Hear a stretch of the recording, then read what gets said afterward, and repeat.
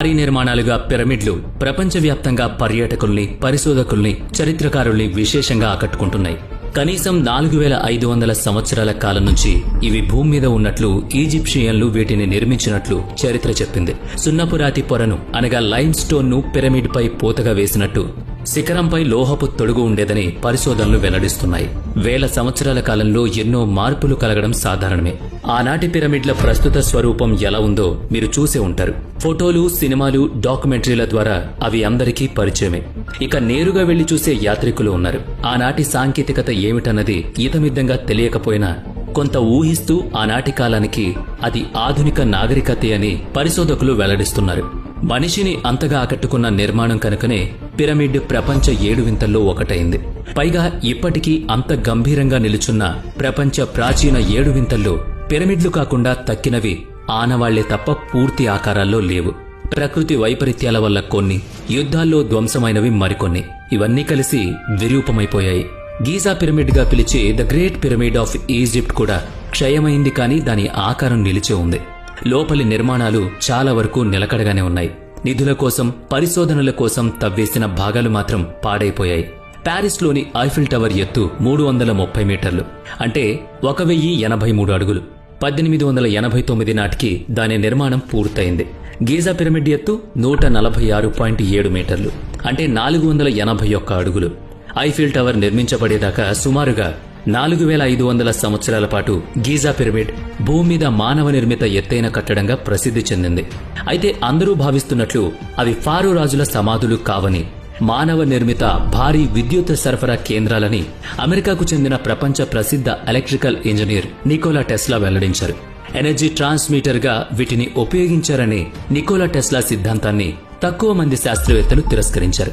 Energy generate చేయడం, transmit చేయడం వంటి తీరుతెన్నులు, అందుకు సంబంధించిన వస్తువులు, ఆనవాళ్లు ఏవీ పిరమిడ్లో లేవనేది శాస్త్రవేత్తల వాదన. అయితే ఇవి ఈజిప్ట్ రాజుల సమాధులు కాకపోవచ్చని, మరేదో విశేష ప్రయోజనం కోసమే ఇంత భారీ నిర్మాణాన్ని చేపట్టి ఉంటారనేది వాళ్లు కూడా అంగీకరిస్తున్నారు. మధ్యయుగాల నాటి ప్రజలు ఈ పిరమిడ్లను చూసి భారీ ఎత్తున ధాన్యం నిల్వ చేసుకునేందుకు ప్రాచీన ఈజిప్టు వాసులు వీటిని గోదాముల్లాగా వినియోగించుకుని ఉంటారని భావిస్తున్నారు. ఒక ఫారో రాజు తన మరణానంతరం మరో లోకానికి ప్రయాణం చేయడం కోసం నిర్మించిన కట్టడాలుగా భావించడానికి వారికి మనసొప్పలేదు. అలాగని అవెందుకు కట్టారో కూడా ఖచ్చితంగా చెప్పలేకపోయారు. అయితే ఈ మధ్యకాలంలో పిరమిడ్ల నిర్మాణ రహస్యం కనిపెట్టేశారంటూ వార్తలు వెల్లువగా వెల్లువెత్తుతున్నాయి. రహస్యం ఒకటే కాదు, చాలా ఉంది. కీలక విషయాలు మాత్రం తెలియలేదని వివరిస్తున్నారు. మరి తెలిసిన ఆ రహస్యం ఏంటయ్యా అంటే, పిరమిడ్ నిర్మాణానికి తీసుకురాబడిన రాళ్లను ఎక్కడి నుంచి ఏ విధంగా నిర్మాణ స్థలానికి తరలించారన్నది మాత్రమే దాదాపుగా తెలిసినట్టని అంటున్నారు. అయితే ఏ విధంగా పిరమిడ్ నిర్మాణం జరిగింది, నిర్మించడానికి గల కారణమేమిటి, పిరమిడ్ దిగువన ఉన్న చాలా గదులు ఖాళీగా ఎందుకున్నాయి, ఇలాంటి పలు విషయాల మర్మం తెలియలేదు. అలాగని మన పరిశోధకులు ఖాళీగా ఏం లేరు. వేల సంవత్సరాలుగా ప్రశ్నార్థకంగా ఉండిన పిరమిడ్ రహస్యాలను అర్థం చేసుకునే ప్రయత్నం మాత్రం మానలేదు. పిరమిడ్లు ఈజిప్ట్లో మాత్రమే లేవు. ఈజిప్ట్లో ఉన్నవి సుమారుగా 120 పిరమిడ్లు. ఇవన్నీ నైలు నది పరివాహక మార్గానికి సమీపంలోనే ఉన్నాయి. 40x50 మీటర్ల ఎత్తున్న పిరమిడ్లు కూడా వీటిలో ఉన్నాయి. గీజా పిరమిడ్లు ఉత్తర ఈజిప్ట్ నగరం రాజధాని అయిన కైరోకి దగ్గరలో ఉన్నాయి. అవి 3 పిరమిడ్లు.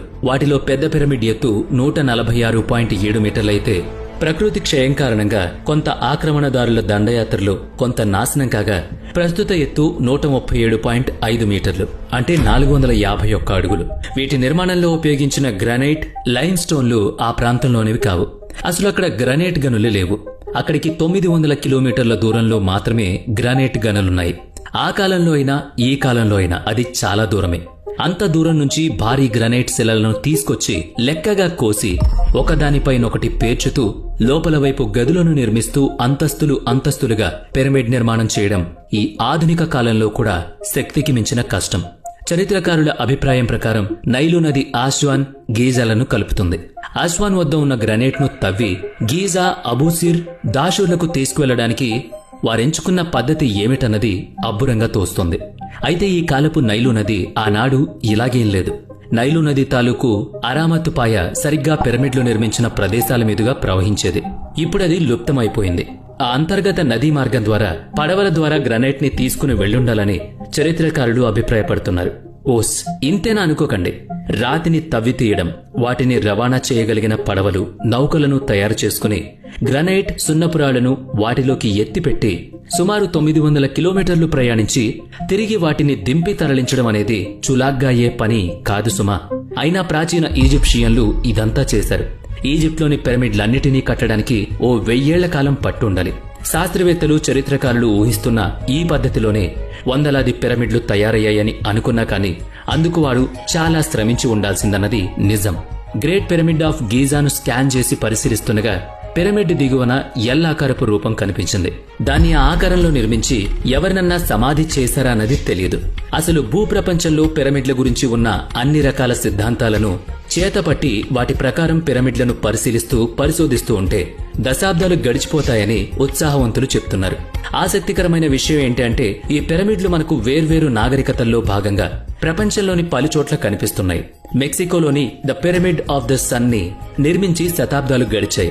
సూడాన్లో లూబియాన్ పిరమిడ్ ఉంది. మయాన్ నాగరికతలో పిరమిడ్లు దర్శనమిచ్చాయి.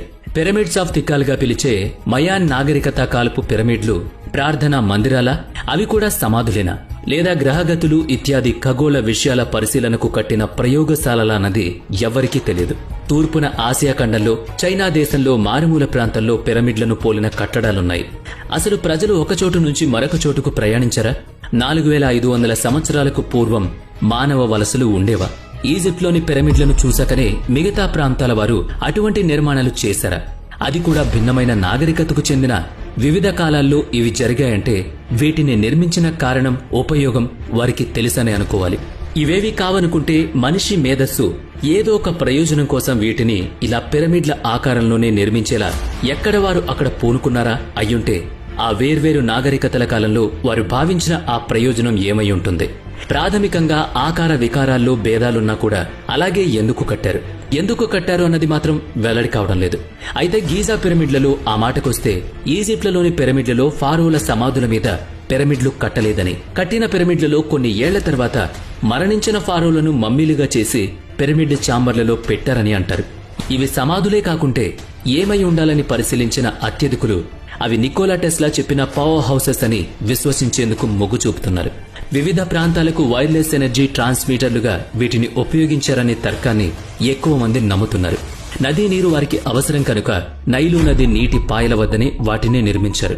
నది నీటిని ప్రత్యేక మార్గాల ద్వారా పిరమిడ్ లోపలికి తీసుకొచ్చి ఆక్విఫైర్ గా ఉపయోగించారని, పిరమిడ్ల అంతర్గత నిర్మాణాలు నిజానికి గదులు కావని, వాటికవే భారీ బ్యాటరీలని, ఆ రాతి దిమ్మలు కూడా క్వార్ట్రిజ్ గ్రానైట్స్ అని, ఆయా గదుల గుండా హైడ్రోజన్ ని పంపించి గాలి అణువులను ఆవేశితం చేయడం ద్వారా మొత్తం పిరమిడ్ ను ఒక విద్యుత్ ఉత్పత్తి కేంద్రంగా పనిచేయించారని వివరించడానికి అనువుగా పిరమిడ్ల నిర్మాణాలున్నాయని చెప్తున్న సిద్ధాంతానికి ఎక్కువ మంది ఆమోదముద్ర వేస్తున్నారు.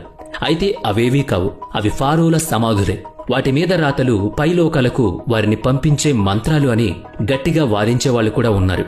కానీ హేతువాదం, శాస్త్రీయతల పరిశీలనాత్మక దృష్టి ఎవరి నమ్మకాలను వ్యతిరేకించడానికి కాకుండా కార్యకారణ సంబంధాలను విజ్ఞాన శాస్త్రం పరిధిలో వివరించే ప్రయత్నం చేస్తోంది. ఇవి ఇలాగే కొనసాగి రాబోయే రోజుల్లో మరిన్ని స్పష్టమైన వివరాలు తెలిసే అవకాశం ఉంది.